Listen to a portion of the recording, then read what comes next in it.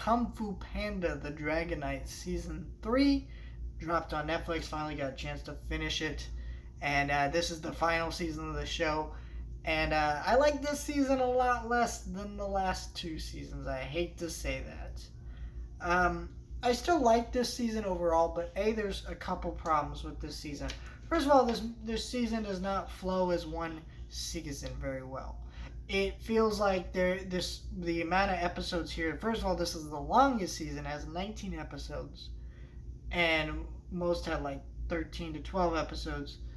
Makes me wonder why that is, because to be honest with you, I wouldn't cut in these episodes out. I think they all work for the narrative, right, of this season.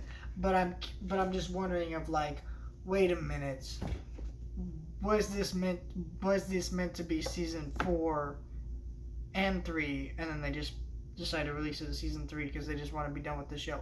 I'm not really sure, but it did feel that way to me, and it probably would have worked better if they were split into 2 different seasons, or there was more episodes. Because if some of the episodes were stretched a little bit longer to kind of tell more of their stories, it would have worked. Because one of my biggest issues with this season is, like, spoilers for this season, you find out that our main bear girl, whatever her name that's traveling around with Poe is, her brother that she's talked so much about is now evil. He's an evil dude and whatever. But it didn't feel like that was built up to.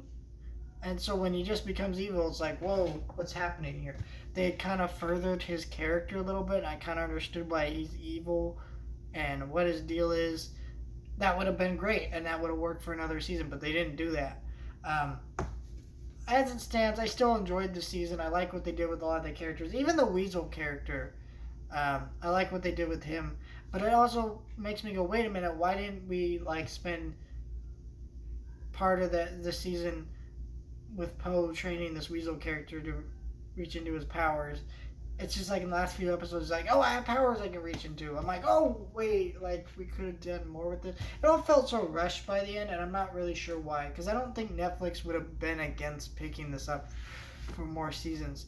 I can't imagine this show is very expensive to produce, and since DreamWorks covers a lot of the cost of this show, it's just really just Netflix is paying the bill to have it on their service or whatever. I don't think it really, I don't know.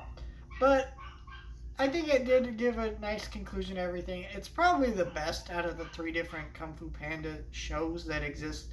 There's Legends of Awesomeness that was on Nickelodeon, which I remember watching as a kid, which is not great.